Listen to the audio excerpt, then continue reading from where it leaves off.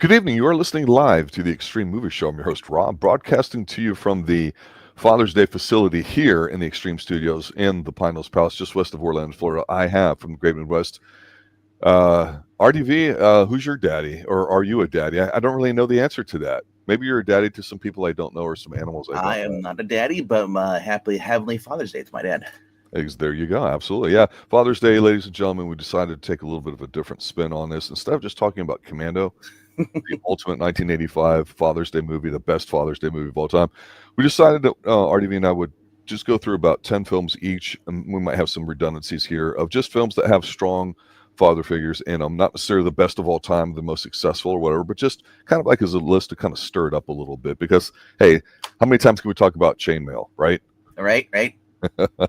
Give it to me. What do you got, sir? I'm talking about Matrix. So I thought we'd start off with before we get into our list here. There are a few that I wanted to mention. Okay. That I haven't seen these in a while, but first one, one of our runners up is we have Gil Buckman from Parenthood, who a lot of people have said like this is what started off the Steve Martin dad movies, leading into Cheaper by the Dozen. We also have Father the Bride, was also the honorable mention, but I didn't have enough room to put it on here. But I figured I would just share Parenthood, because Parenthood is overall probably one of the more well-known movies. Rick, look at the cast in there. I know. You got Keanu Reeves is in there. If I recall, sir, and I may be incorrect, this was filmed here in Central Florida. You even have such icons as the Mystery Funhouse. There might be Parenthood too. I'd have to Google it, but I remember that being a big deal too. Steve Martin. Steve Martin's just a natural comedy talent. Yeah. He's a giant in the field. This is a well-liked film. Well, yeah, it's the movie I probably would want to review because I haven't seen it in like years. So, and you get. I can't put the guy on the left is Chevy Chase in the photo, but it's not. I know, right?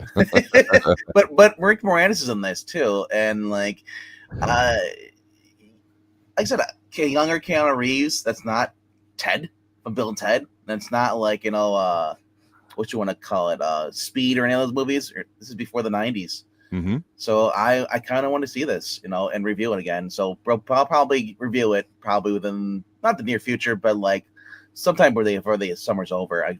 There's a lot I want to go through. There's so many movies, and if there's a list on here, of your own movies watching now right now, let us know in the comment section, or for those who are following around right now, we're watching this live, put your own lists in as we count down. Okay. All right. Another honorable mention is Ray Kinsella, Field of Dreams. Some people either love this movie or they hate this movie. I'm in the loving the movie because it is just fun. Guy building a baseball stadium, in his field, where he's about to lose his property and stuff. All these different baseball players coming back. The Chicago Black Sox, playing there. White Sox. And one of the things is this guy is Kinsella is a great father to his younger daughter in this movie, with his family. Mm-hmm. And like I said, we even get James Earl Jones in this too, which is awesome. Epic picture. Even at the end, where Kinsella gets to reconcile with his father, who had passed away before he reconciled with him. It is just a fun movie, and one of the lighter-hearted movies or sports movies, other than Bull Durham, that Costner did back in the day. And this is like 1989, I think it was. Sounds about right. Yeah, right on there. Yeah. And then my last runner-up is a tearjerker for a lot of those 90s kids. Is The Lion King. Mufasa, one of the greatest dads, sacrifices his life to save his child from falling, getting knocked over, into a herd of basically gazelle, only to be betrayed by his brother Scar, who wanted to take control of everything. Don't you turn your back on me, RDV. Yeah. It is. This is a movie that scarred a lot of kids, made a lot of kids cry. It's a good story. Yeah, so you guys had the Never Ending Story in the 80s and the 90s growing up. We had The Lion King. But I think That's a we good one. worked out better. That is one that does come to my head when it comes to it. Wasn't on my list, but I can definitely see why it's there. Definitely. Yes. All right. All right. I didn't see anybody else jump in the chat yet. Then we have to be There's a watching it. couple of jumped Yeah. in. They haven't made their presence Uh, known yet. but my first one, my number 10 for this week, character from a movie is Marlin from Finding Nemo. This guy got over his fears of basically being on the unknown, and basically went to go save his child, who was scooped up by a dentist, and brought his actual like place of work, and he had to go there with a bunch of friends, and knowing Ellen DeGeneres as Dory, who had a 10-second memory, can't remember, and he finds his son, and it's a happy day. He meets some cool people along the way. It's a good movie. It's a great movie to watch with your kids, especially if you have younger kids or just family and just in general. It's a good movie. A lot of comedy, a lot of suspense, danger, some scary sharks and stuff. Yeah, annoying kids that tap on the glass. Do something. Hey, fishy. Yeah, right. Albert Brooks plays the lead role for Marlin. So Nice. yeah, I can't say I've watched a lot of Albert Brooks movies, but that was pretty cool. All right, we're gonna go to your number 10. Yeah, for those popping in, again, these are not the 10 best or 10 greatest or 10 whatever. It's just 10 films in order. So yeah, what do we have here at number 10, sir? The Road. Yeah. So this is one you and I have talked about watching some point. It's very grim. It's very dark. You could say it has a happy ending. You could say it doesn't have one. I would tell you that when I was thinking of fathers, I was thinking of, well, what's a father's main responsibility? And I think it's just to make a son be able to be self-sufficient in an adult world. And in the road, we have this catastrophe we're not sure exactly what it is. And it's just, I'm not even going to say too much other than it's kind of similar to The Lion King, but in a very dark, very, very dark way too. And so watching this is probably one of the grimmest movies I've ever just watched in all seriousness. It's a tremendous performance. Everybody loves Vigo. I always do. Duvall's in here and all that. We don't see too much about their wife, but there is a wife character in here. So the kid learns a great life lesson from what his father's able to show him through the course of the movie. Definitely worth a watch. I know you and I will cover this at some point. Yeah, Viggo Mortensen plays the man. Yes. I don't think they ever mentioned his name in this movie, but he's just known as the man. And he teaches his son to keep his humanity in a world that's full of greed and betrayal. Yep. All right. That was your number 10. Going to my number 9 is Ransom. Tom Mullen, played by Mel Gibson, is a rich guy, and his son is kidnapped. And the guy's like, well, give us his money, and he's like, and at the last minute, he decides, no, I'm putting a bounty on you, basically, for taking my kid. And he calls their bluff. He's like, this leads a whole conspiracy with a dirty cop and everything in there. And at the end of the day, he gets the last laugh with the gunshot to the head, or to the other guy. Gary Sinise is in here, is playing the bad guy. It's one of the few Gary Sinise movies I always forget he's in them. Yeah, because he's a good actor. He really is, right? And tell me, in the 90s, Ransom, I could definitely see being on this list. And isn't the idea of him saying "fuck him" and put a bounty on you? Doesn't that just like make you go, "Hell yeah, good job, Daddy"? Yeah, and like basically they called the cops and said, "Don't do that." They'll kill him. He's like, and the guy calls up and tries to bluff, and they hears his kid scream. They hear gotcha. Basically they try to convince him that his son's dead. And at that point, he snaps more. It's like he's like, "Well, I'm going to get revenge now. How dare you do this?" But going into your number 9, it's quite a jump, but almost kind of the same a little bit. You're talking about this with Jesse Hellman is the dad in this. Yeah, this is a small independent horror film I watched quite recently. I always try to check out films that maybe didn't come out too popular or whatever like that. Yeah. And the whole idea about this is that from a father's perspective, and a lot of times, we've talked about how the roles of families have changed, and moms and dads, and just the way things are today, and the way roles are cast. And like I mentioned before, fathers having a strong bond with their children is important. In this particular movie, what happens is this guy's an artist. He's jacked. He's a very fit guy, but he's a sensitive kind of artist. So much so that him and his wife and his teenage daughter, they seem to get along fairly well as a family. They move into an old property, and he has to paint some stuff and all that. But it turns out the girl gets abducted, and what happens is, I say this is kind of like Stir of Echoes, because he's like such a sensitive person to the universe. He gets these visions that turns into his paintings, and it's kind of grim. I thought it was done very well, but they both have this love of 80s heavy metal, and there's just something about the naturalness of these two where they're not written as being stupid. There's not a lot of quips in here and all that too. I thought it was a very decent watch. I thought there was a lot of tension in here. It's something that if you watch it, you go, yeah, I think I've probably seen stuff like this before in different films, but altogether, I think the package is pretty good. I just like the fact that they didn't make the girl stupid, the father stupid, or the wife. And what are you going to do if you're a parent like Mufasa? Or whatever, you're going to sacrifice yourself, like in the road, you're going to sacrifice yourself. Here we get another one too, and that's what a parent would do. But this time, instead of a son, it's for his daughter. Yeah, I'm just looking up some of the actresses and actors in there too. Bunch of no names. So actually, no, there is one big name here. She's the main lead from Roswell. It's Shiri Appleby. So I don't know her. I've heard of the show Roswell, but I never watched it. So that's her. She plays Astrid Hellman. She's the mother. Oh, she's the mom. Okay, gotcha. Yes. Ethan Embry is the dad. Okay. This one. I liked it. I was surprised because, again, one of those low budget ones you would not know. This is, I think, it's 2015, 2017, one of those.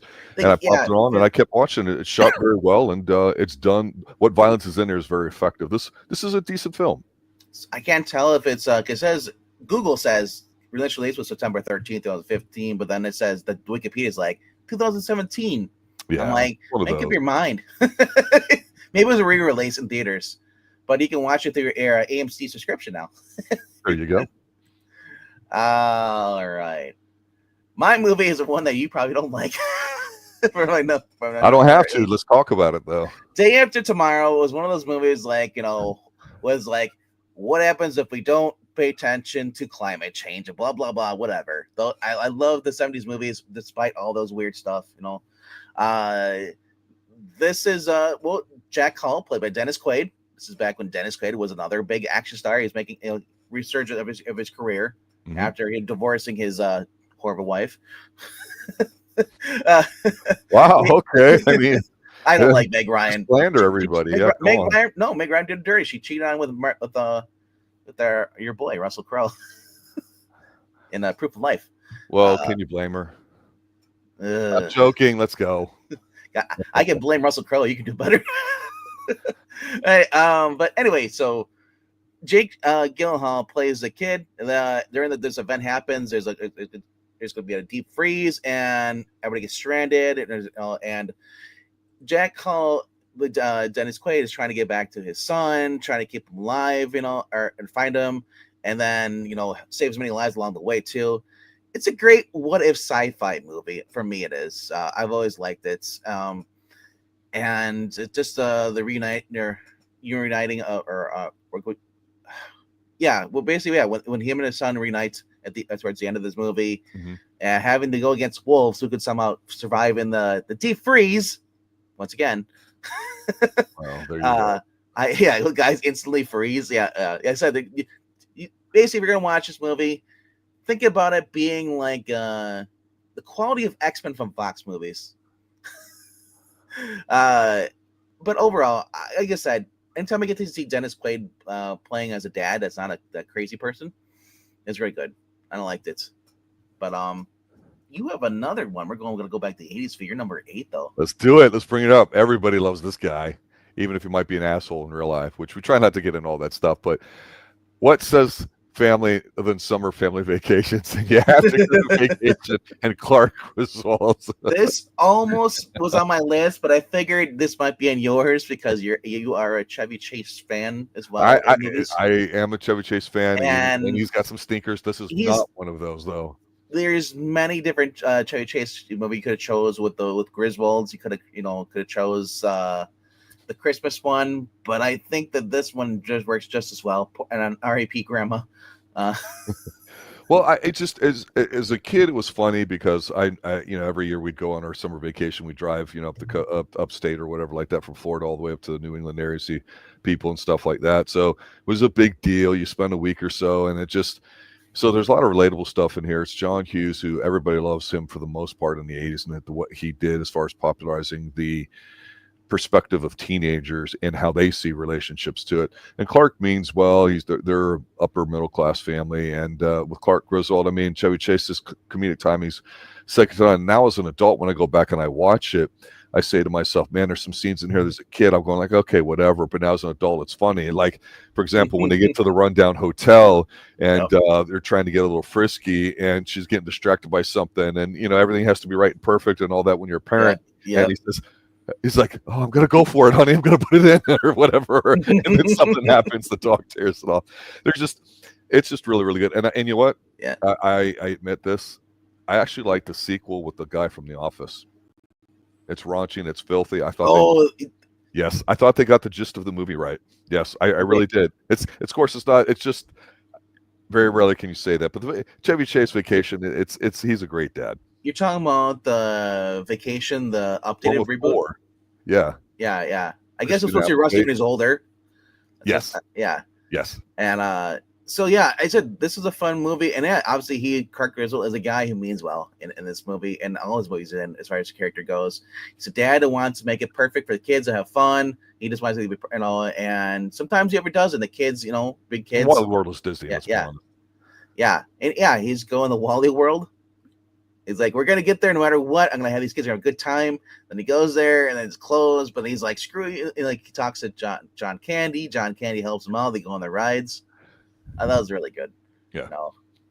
All right. And then my number 7 happens to also be your number 7 with Taken with Brian Mills.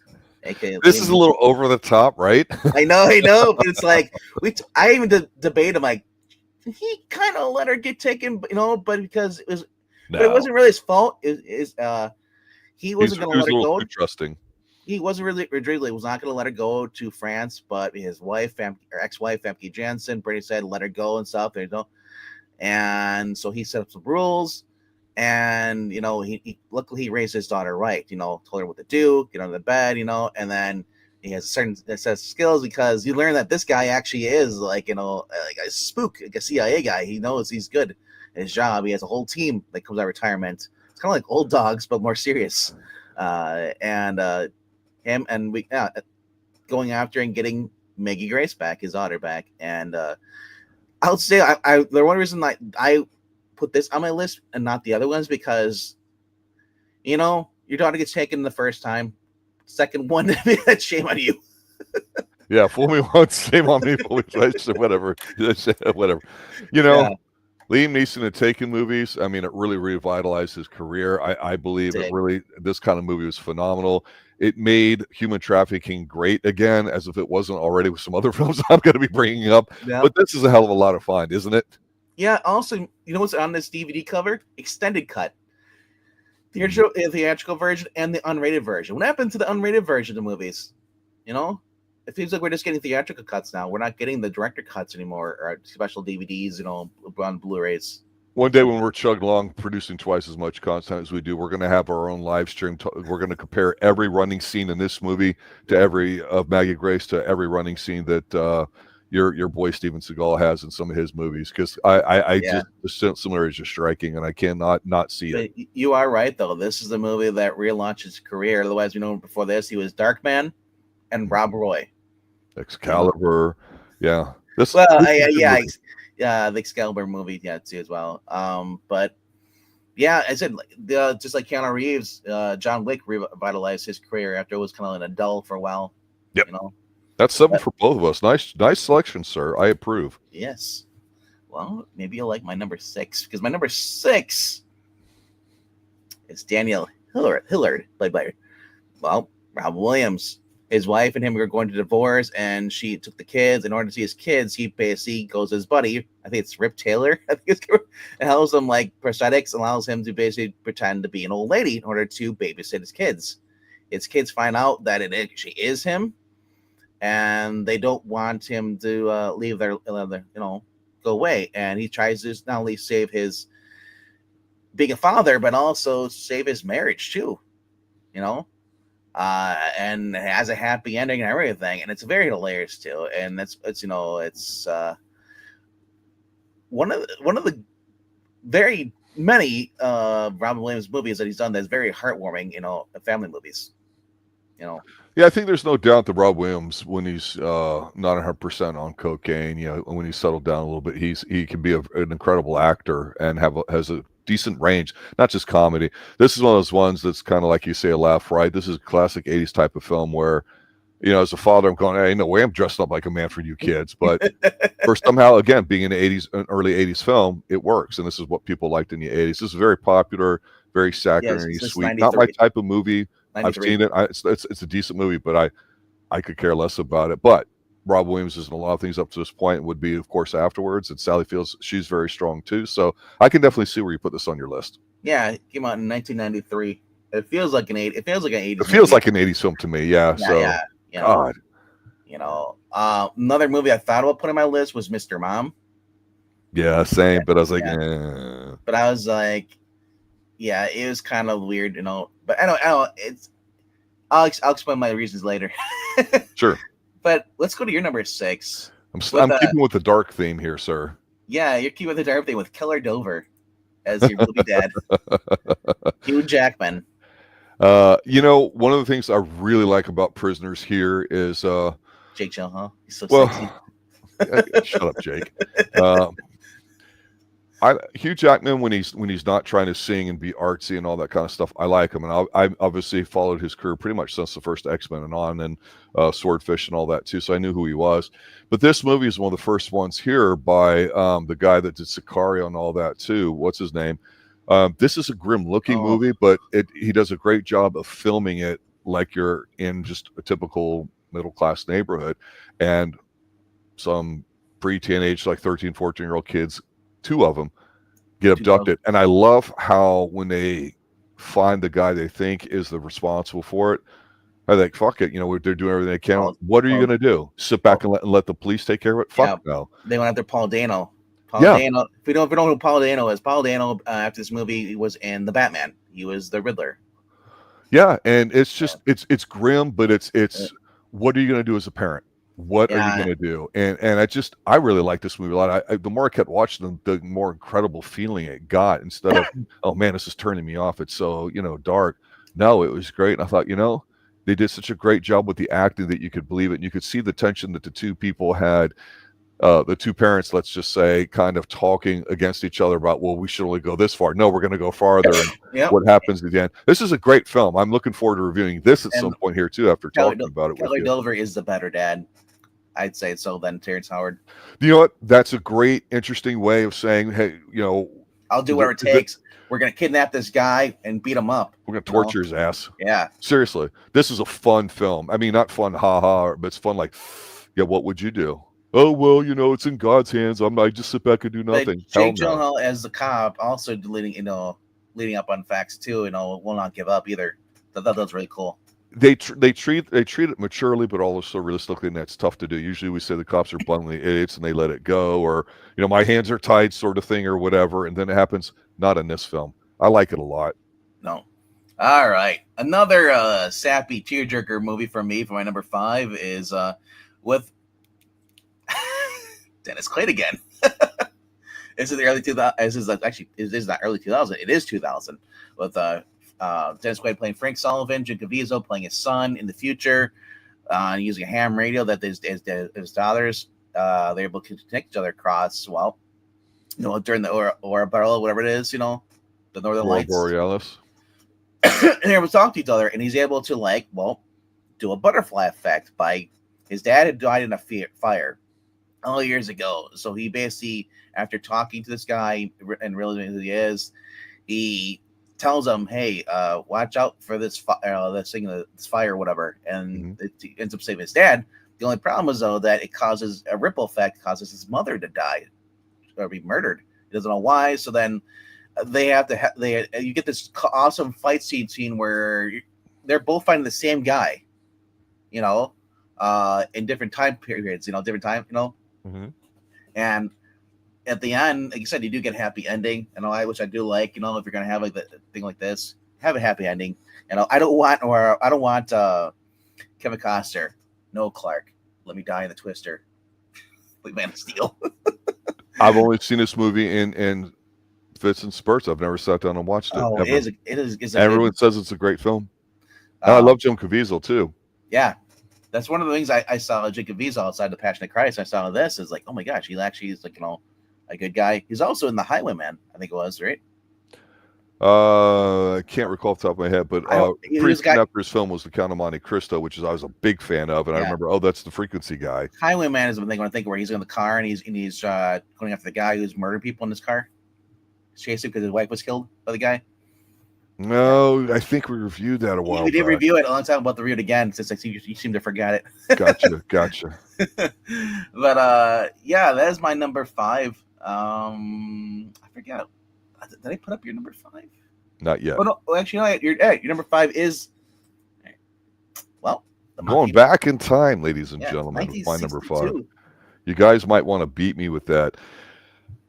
Look, there's something about talking like Gregory Peck, and how he was whatever, but he's a really good actor.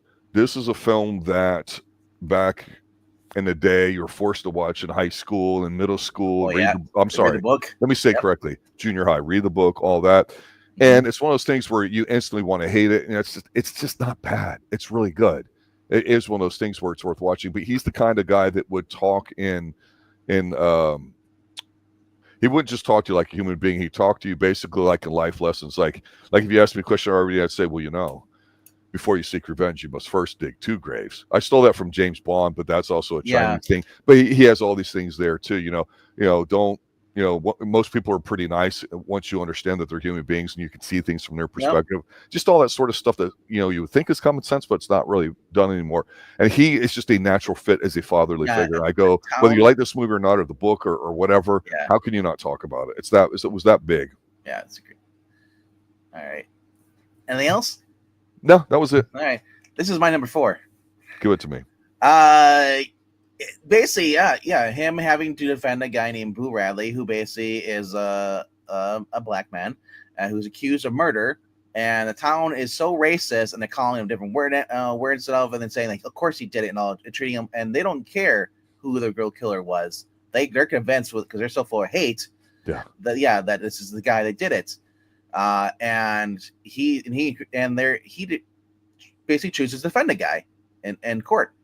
And meanwhile teaching his children, the not to be racist, and it's just like very importantly, don't judge people by the color of their skin, and be kind to others. Like I said, something that's been missing from some of these miserable assholes here that have grown up today are just like so full of anger. Like I said, it's a very good book. It should be required in all schools to teach kids, about this. I know that for a while back, was it 5 years ago, or I can't remember, was there an Obama administration? They tried to remove this book from the curriculum, saying it was racist. Yeah, and I was like, what? So it is a very, very, very good movie, and I do recommend also read the book too as well.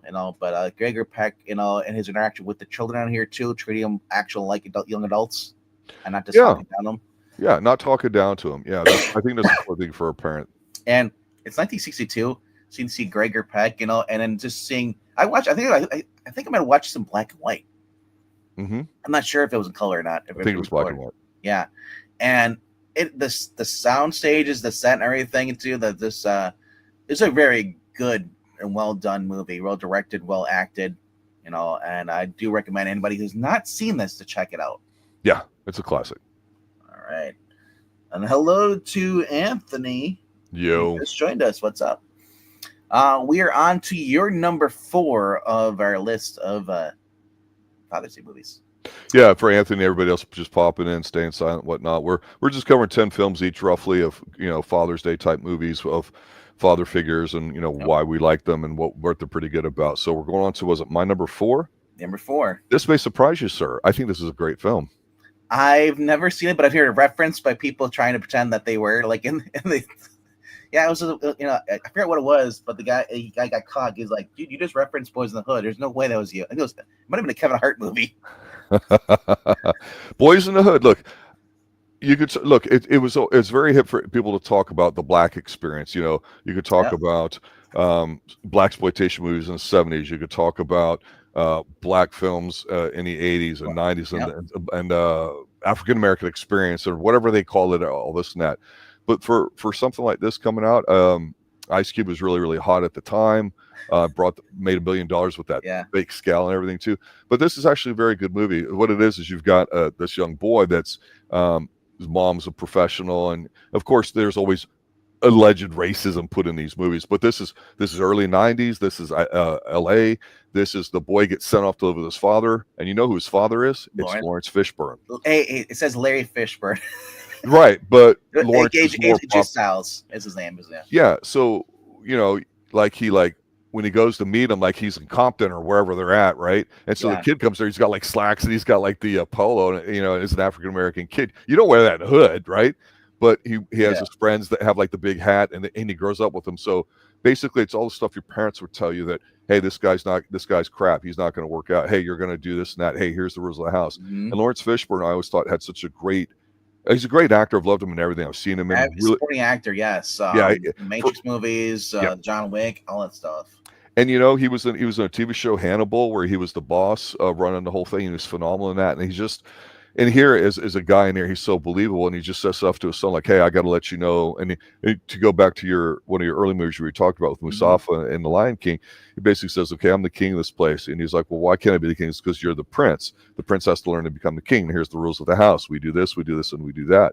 But whenever the kid goes to wine, he goes, "Man, I don't." He doesn't talk down to him or say, "Shut up," or "because I said so." He's basically like, "Look, this is how it is." And basically he's telling him, "Look, I'm going to raise you like a man, so you can go out of this world and get what you're going to get out of it." And so other things go on. There's gang stuff and all that too. But I just really said, when I think of the black father experience, and I'm half joking about it, the Cosby Show was super popular in the '80s, but Boys in the Hood's one of the last things I can recall off the top of my head. And I'm not going to say I really know a lot of black cinema or television, but I think it's a positive one, whether you're black, white, whatever. This is a good film. This is definitely one worth watching at some point for somebody. If you haven't seen it, it's definitely worth it. All right. Going to my number 3. This is a movie that I really do want to review on this, and we are a fan of this guy. Number 3 is Roy Hobbs, The Natural. Yeah, here we go. 1910 Nebraska, playing catch with his dad. His dad dies from a heart attack. And then he goes on to the 1930s, joins a team. Is a baseball player and is on the way quickly becoming one of the best baseball players of that era, only for some crazy lady to shoot him in the gut that basically puts him out for a while. Basically can't play anymore. Only later on, he eventually gets picked up by this team, which pretty much sucks at this point. And they nobody knows his past. They just know they need a player. He's older, so he gets put on there. But then they start winning, and the owner doesn't want them. I guess one of the guys doesn't want him to win, and it's one of those things where they try to sabotage him. Yeah. And he ends up along the way meeting Glenn Close, his former lover, his girlfriend he was with, and they reuniting with her, learning that he actually has a son. And basically he's told after he gets injured, because they try to basically bench him because he refuses to lose games. And he plays and he wins the game. As he's bleeding out, he basically has a happy ending because he's able to reunite with now his son.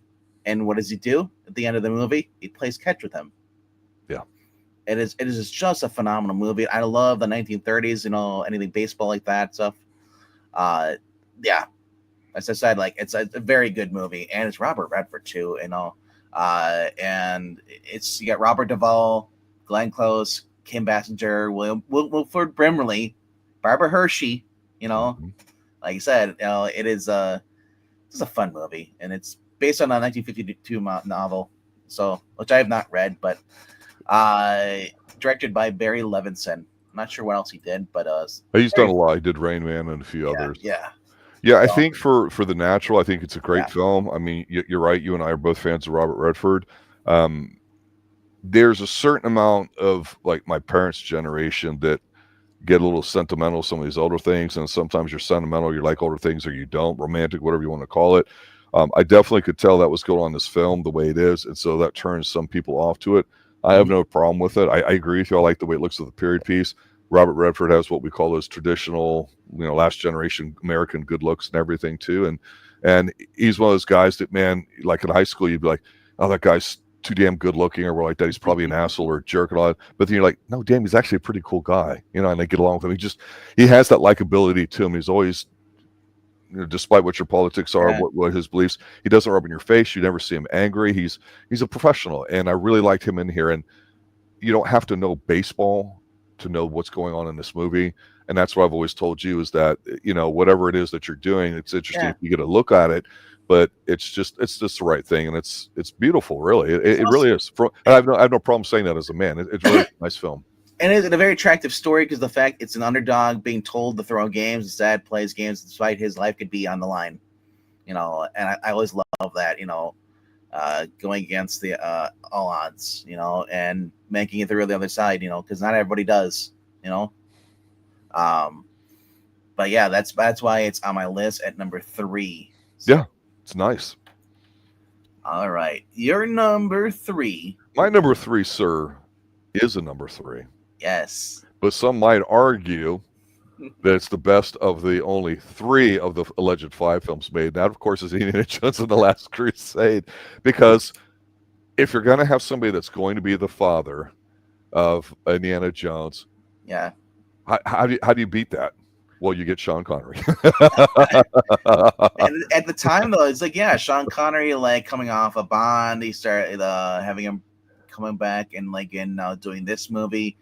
Eastwood in the 90s had a big resurgence, man. I'm telling you. Robert Redford, yes, all these older actors, yep. And you know what? These are great roles for it. And when I look at Sean Connery as a dad in this movie, I think it's fucking cool. It is, and then like, and I love it because they're kind of dads that, it's a strange relationship is what it was, and and towards the end, Indy realizes that he really loves his dad, and his dad loves him, and stuff.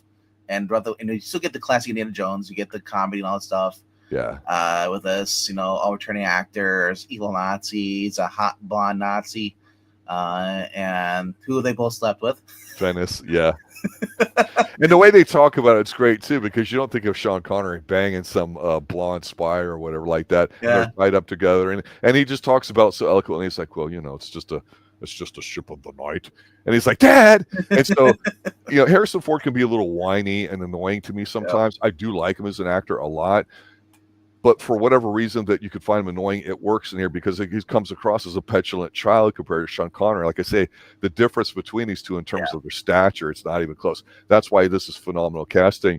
And then we find out that he was named after the dog.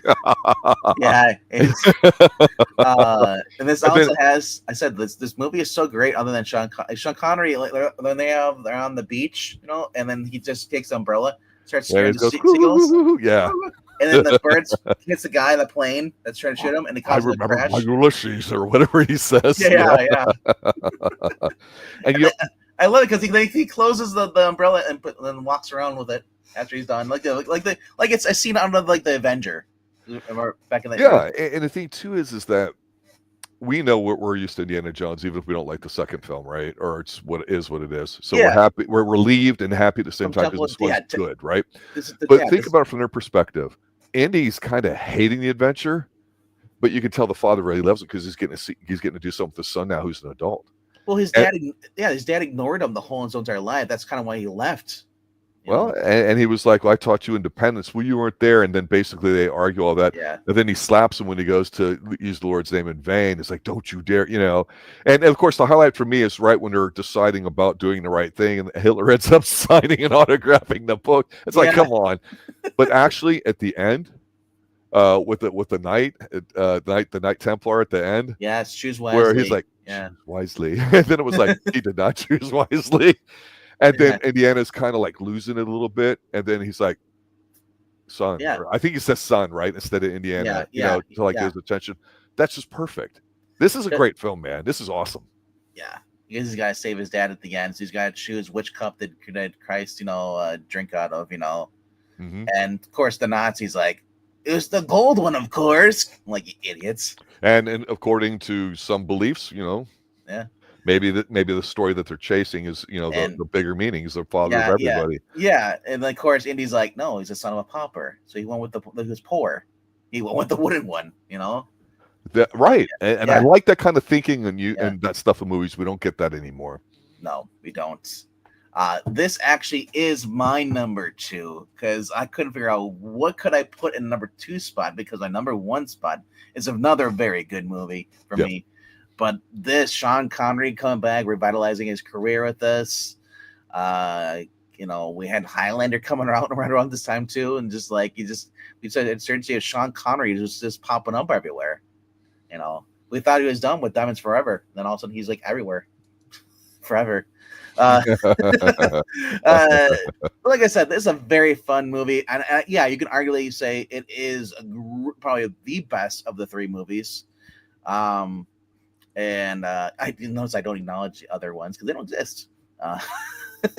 But I also like number 1 as well too. But as I said, the additional of adding Sean Connery to this is what makes it the best of the Indiana Jones films, and that'll be another debate for some other time. But still, because I don't think Undertaker is going to agree with me. This is the better of the 3. But yeah, just Sean Connery, it hit him only just being a good man. And just working out and helping his son. The scene where Indiana Jones is on the tank and he gets caught and he goes over the cliff and they look over and he thinks he's dead. and you see him, he climbs over and he's like, "What's everybody looking at? Indy, you're alive." It's like it's like, yeah, thanks. Or the look on Connery's face when he's trying to shoot the fighter plane and he takes out the tailpiece and he's just like, "Oops," and he doesn't say anything. I know, right? Yeah. He's like, "What the heck? Why is it?" they shot us, boy. We're going down. Yeah, this is comedy. Nice relationship here. It's great to see that on display. Yes. And also, I don't know if this was in this wasn't in our battles. And I think only Indy 1 was, or Indy 2. Yep. So let's put in there. We better do our verses again. Mm-hmm. Anyway, on to your number 2, sir. Your number 2, boy. You're wagering. But which one? It's Rocky 2. And here's why. Obviously, I'm a big Rocky fan. I think the original Rocky film was one of the best of all time, certainly in American films. Love Sylvester Stallone. I think with Rocky as a kid seeing it, I get it. And you have your training montages. I've talked endlessly about how this is a staple of the 80s and how this is relatively newer for the viewing experience of people, whether it was on MTV or in movies. What I really, really like about this, and to this day, I've played it like 4 times today, and 4 times I started crying, literally weeping in my eyes. And I know it sounds like a joke, but there's something about the fact that as an adult, when you go through your relationships and all that too, that you go, I understand what's going on here, whereas a kid, you don't. You're just waiting for the fights and the action. And that's why these movies are so tremendous, because what do you do after the first movie where he just wants to be a normal guy? He gets an opportunity to go to distance. He finds the woman that he loves. They get married. They're not rich by any means. They've got some money. So what's the natural progression in life? We get married and it's happily ever after. Well, no, that's when everything starts. I mean, it just doesn't end there. So, that's where the fantasy, everybody has a problem because you wake up. So him and Adrian are having issues because he's functionally illiterate. She's working at a pet store. It's the early 70s. Things are getting really out of control in the United States with things and all that. But on the flip side, we see Apollo, and again, getting more addition to his character. Yes. He's getting kind of shit bagged a little bit too, because like, man, nobody wants to fight you because this guy, scarred you basically. You're stained from it. So he decides to basically goad Rocky into fighting him because he needs that to happen so he can move on. So it's nothing personal, it's business. And Rocky just can't give himself 100% because he's got bigger commitments. He's got the marriage, and Adrian's pregnant. So obviously I'm referring to the When Rocky Wins speech where everybody around him realizes, you know what, the most important thing here is family and all that too. So no matter what happens, we don't care. let's shift our priorities and our focus, family first. So that's when Rocky runs in after they have an argument. She almost dies. The baby's born. Yep. She's like, "Oh, you look so tired." And he's like, "Hey, I was thinking maybe if you don't want mixing up with Creed, I could find something else. We'll be okay. We'll get by." He's come to realization that that's it. Even though Paulie ripped her a new one. And then she's like, "Come here. I want you to do one thing for me." When? And then you hear the bell, and it's fucking on, man. And I'm talking about right now, and I've seen it a gazillion times, and it never fails. The hair on my arm stands up. I'm doing the rock thing, slap my forearm. Love it. And you know what? You would do anything if the woman gave you permission for it on something like that, right? Mommy said, "Do that." I'm coming home with it. It's not the stupid shit we would see like 20 years later or 15 years later where I've got to find the doll, and if I can't find the and all that shit from Schwarzenegger. Fuck that. No, this is the real deal. I love it, man. Hey, and for those who love Turbo Man, it is a good movie. Oh God, it's so because hey, you can't deny that character did not do whatever he could to help make his his kids' day. You're right. What I don't like about it, on a serious note, is I really hate it, especially in the '90s. The consumerism went way over the top. It's always about a thing or whatever like that, rather than what it's about. Here, it's just about family, right? Yeah, exactly. Yes. So a big difference to me. And I would also like exchange this movie with also Rocky IV, Rocky Balboa, his interaction with his kid in 4 as well, giving him a speech about that. Yep. And Balboa.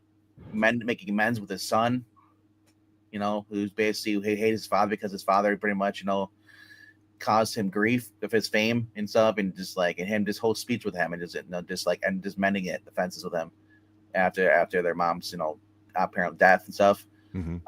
As I said, Rocky movies are written well. They're good. He's a good father role through all of them, pretty much. Yeah, it's birth of your child with the woman that you love and all that stuff too. I mean, as hokey as it sounds, some people used to shit on Rocky thinking it's a lot like The Natural in the sense that it's very romantic, it's very schmaltzy and all that too. And I agree with you. In the '70s, most films were kind of like shit ending or not necessarily a fun one. And I disagree with you sometimes because I think, well, it needs to have the right ending or a good ending. That doesn't mean it has to be a happy ending. And you prefer it. But you definitely get them in the '80s. And this is, I think, '79 or something. So great ending. I've always liked happy endings because honestly, it's a chance for me to escape reality. Right. Reality is much harsher than you see with these movies. So it's like it's a dream to cling to. Is it real? No, it's fantasy. Right.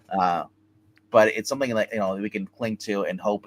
This we see characters like this, like Rocky Balboa interacting with his wife. His wife would have left him realistically. Him keep fighting stuff. But well, it's you can always say it's always about a woman saying they always want more and all that too. Adam and Eve and all that kind of parallel and everything too. But I wouldn't say that the whole want more. I know, and that's an ongoing internet meme thing right now. But it's a thing. It's not enough. It never is. You knew what you were getting yourself into before you said yes to go out on the first date when you went ice skating. So I don't look at it. Well, it's all down to who you married stuff, and not everyone's like that. Yeah, that's true. That's what makes the relationship special. She's a good woman. She's not just a throwaway. Yes. And sometimes he's a little bit more irrational, but so is she. But that was because she's afraid of losing him because she doesn't want him to die. Because they're fighting without headgear stuff. And they have similar life values and all that stuff, things that make a family bond very strong. It's not all about the warm fuzzies, but about what you recognize in each other. And that's one of the reasons why we're talking about Father's Day films. We're talking about the positive impact fathers can have in film, whether it's through revenge, whether it's through comedy, whether it's through something like this here too. So I'd say, hey, let's go ahead and go through our number 1 film for Father's Day, and then we'll do a recap. Yeah, number 1 is this, of course. It's Commando.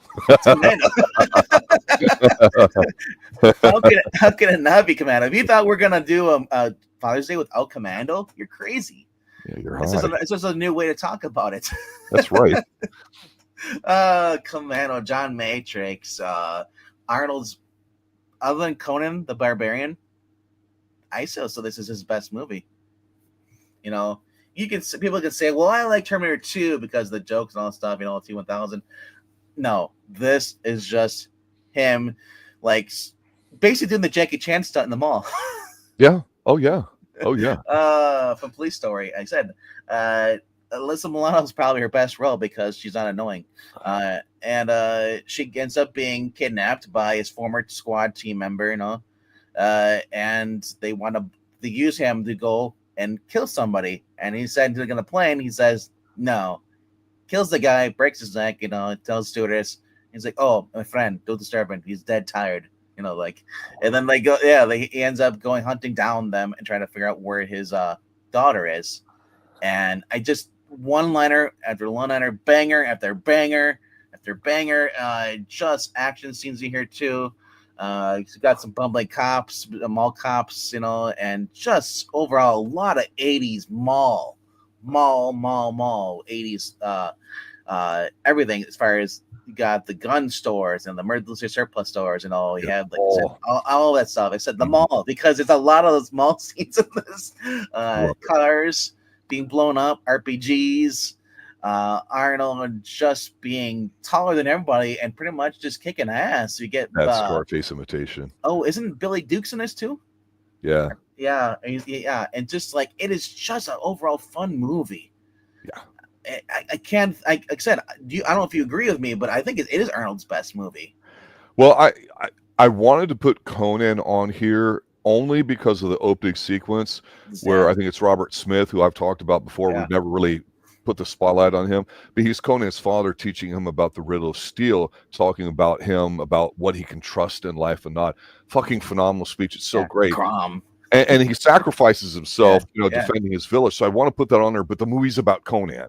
So it was really tough for me. Where do I put that on there too? And I didn't want to kind of, just do it for a 5-minute scene, even though it can be powerful. But man, it's just so damn good. So I lean towards Conan, honestly, for his best. But and you're right, Terminator's fine. But you know what?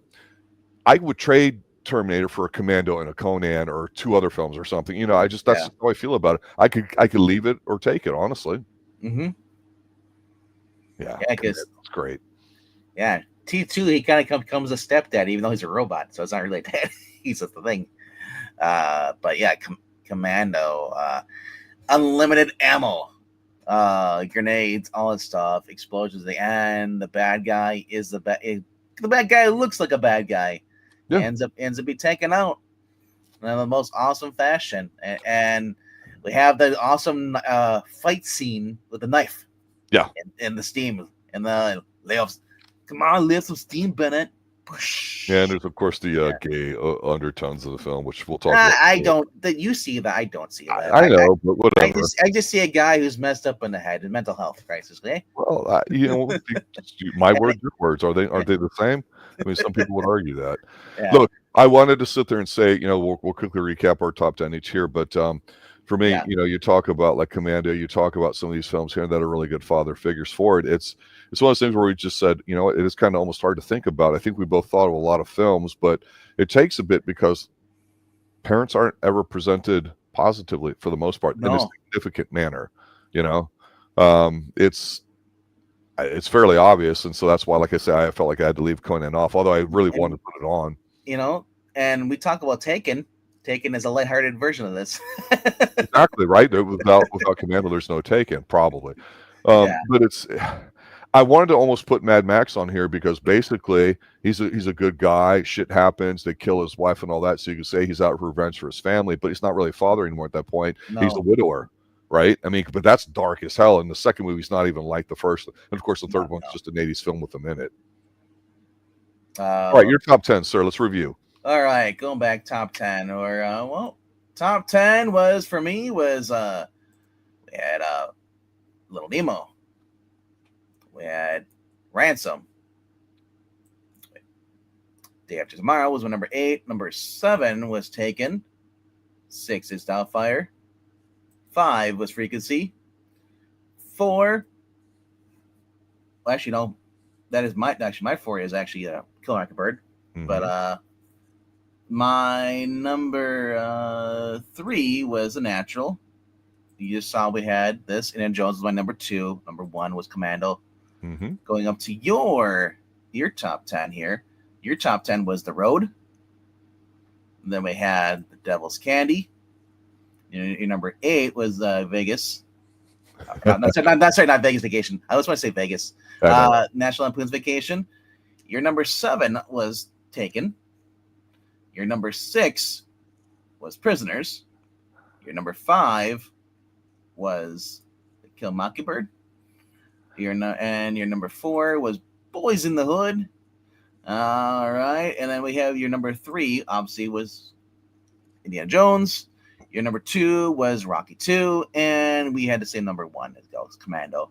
So there you go. Those are our top 10 movies for both our lists. You're kind of getting a top 10 or top 20 almost, in a sense, a little around there. Because we have some crossover, but if you guys have not done so, please leave a like and a comment down below in the comment section. For those watching replay, leave us your top 10 list. What is your favorite movies you watch with your dad, or just your favorite dads of movie cinema? And we'll see you on Tuesday for another movie review or top 10. We don't know. But until then, thank you all for being here. And Good night now. And that's the way it was. Good night, guys.